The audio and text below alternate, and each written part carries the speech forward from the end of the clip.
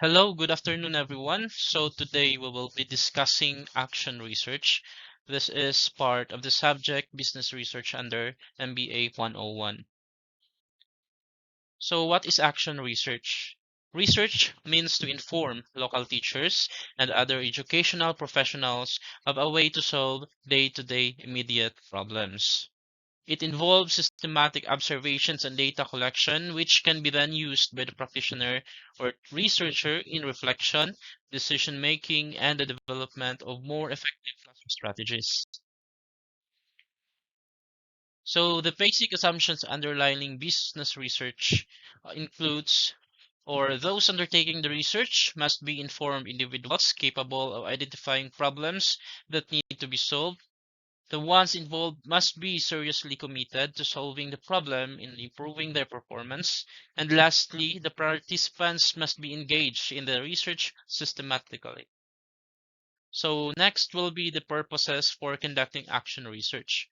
So practitioners have to consider their purposes for conducting research to allow the results of their research to be consistent with their purposes. So there are three purposes as posed by some researcher or professionals, and this includes personal purpose for action research, professional purposes for action research, and lastly, political purposes for action research.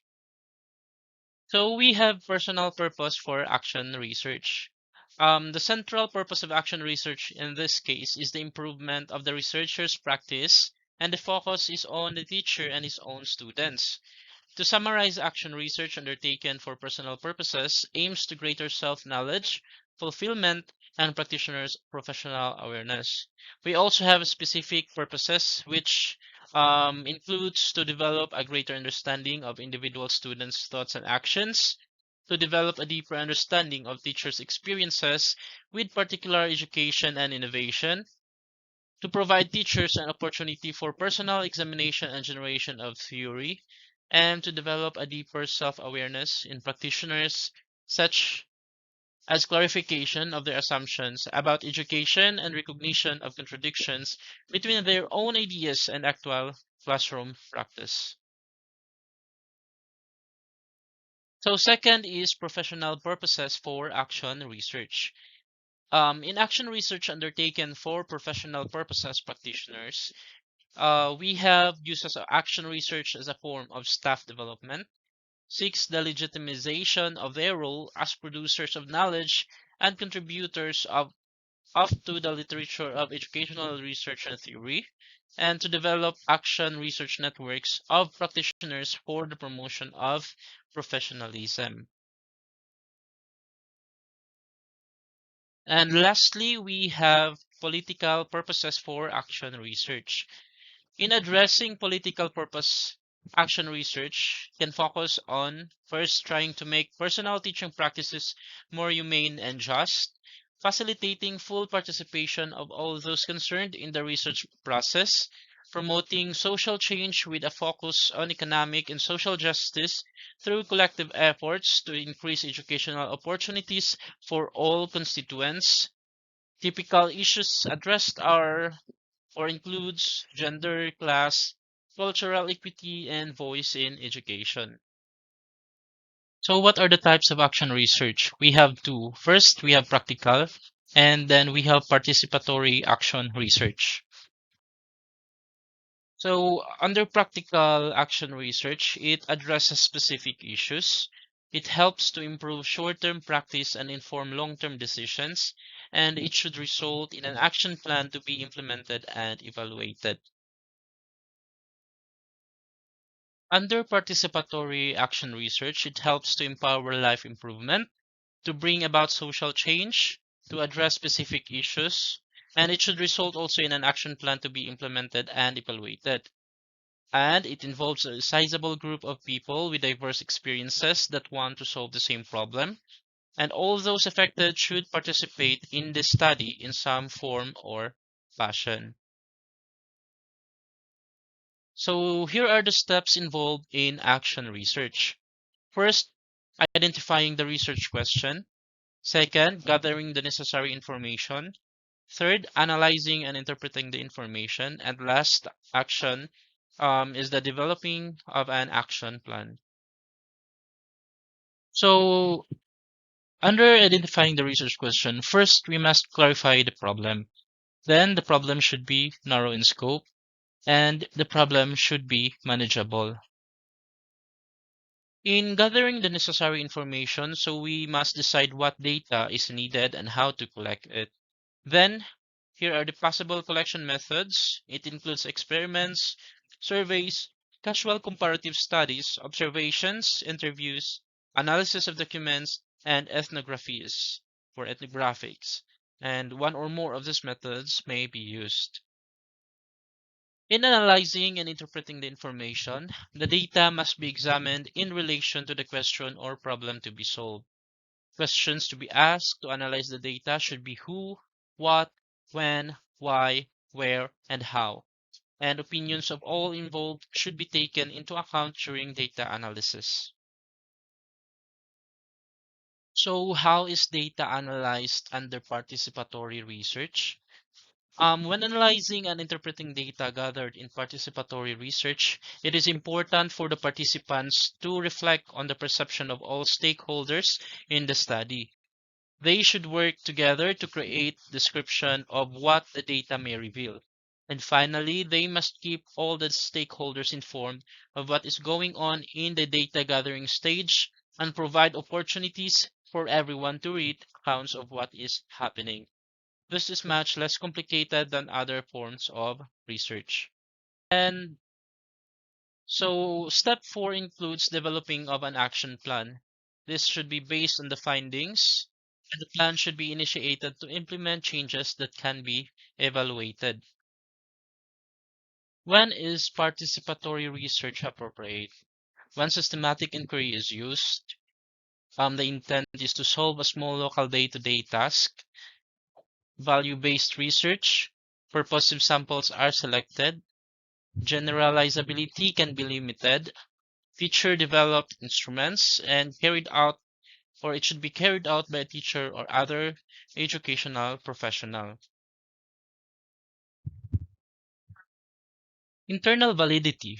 Internal validity is the concept of how much confidence you have in the result of your research. This is because the lesser the possibility of confounding variables in research, the greater the internal validity, and the more confident a researcher can be of the research. What this means is that internal validity is the degree to which you can establish the cause and effect association between your treatment condition and your research result. It is how best you can avoid traps that can alter your result as a researcher. What internal validity does for research is it makes the researcher's findings credible. This is done when an experiment shows a cordial connection between two data. A internal validity clears further doubts that may arise as it relates to the study. Internal validity also shows that knowing the standard data, it helps a researcher to take out insignificant results in the research, and with an accurate selection of sample groups and correct measurement, the result of the relationship between the data will be valid. Types of internal validity. So there are four primary types of validity, which are construct validity. In this type of validity, the focus is on whether the test measured what it was intended to measure. This wants to check whether the objective of conducting the test was satisfied. Second, content validity. It examines whether the result or the test truly supports what it wants to test. This refers to the testing method to be used, and the content validity checks if it is the most appropriate method of the study. Third is phase validity. This explains whether the content or data of the study can truly present or represent the aims of the test. This checks whether the data gathered is solid enough to conduct the test. And lastly, criterion validity. It addresses whether the outcome of a test matches with the result of another test that has the same data. And this means that when you conclude your test, it compares the result with the standard outcome. So threats to internal validity. There are three categories of threats to internal validity. These are single group threats, multiple group threats, and social threats. For single group threats to internal validity, this refers to threats that can arise when your study treatment focuses on one group. This refers to the criticism or confusing variable that can arise when your research focuses on one sample group. And under multiple group threats, these threats to internal validity refer to threats and criticism that can arise when your study is focused on multiple groups. And lastly, social threats to internal validity imply threats that occur because of the reaction of people to what affects them and the others. Considerations for sampling and data collection. Action research uses non-probability sampling. This is most commonly means a purposive sampling method that includes specific inclusion and exclusion criteria. So, non-probability sampling may include snowball, theoretical, quota, and judgmental. However, convenience sampling can also be used. Snowball. This is used by researchers to identify potential subjects in studies where subjects are hard to locate. After observing the initial subject, the researcher asks for assistance from subject to help identify people with a similar trait of interest. Next is theoretical. Participants are selected in order to inform the researcher's developing understanding of the area of investigation, and it is often used in the grounded theory research in order to develop a theory throughout the research process itself. Quota allows the researcher to sample a subgroup that is of great interest to the study. It also allows the researchers to observe relationships between subgroups. So, under judgmental, the researcher selects units to be sampled based on their knowledge and professional judgment, and they are usually used when a limited number of individuals possess the trait of interest. External validity and action research. External validity refers to how well the outcome of a research study can be expected to apply to other settings. This is important because if external validity is established, it means that the findings can be generalizable to similar individuals or populations. Action research studies are weak in external validity. Replication is therefore essential in these studies.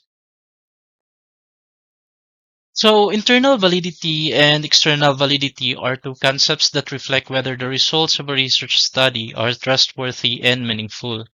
While internal validity relates to how well a study is conducted and its structure, external validity relates to how applicable the findings are to the real world.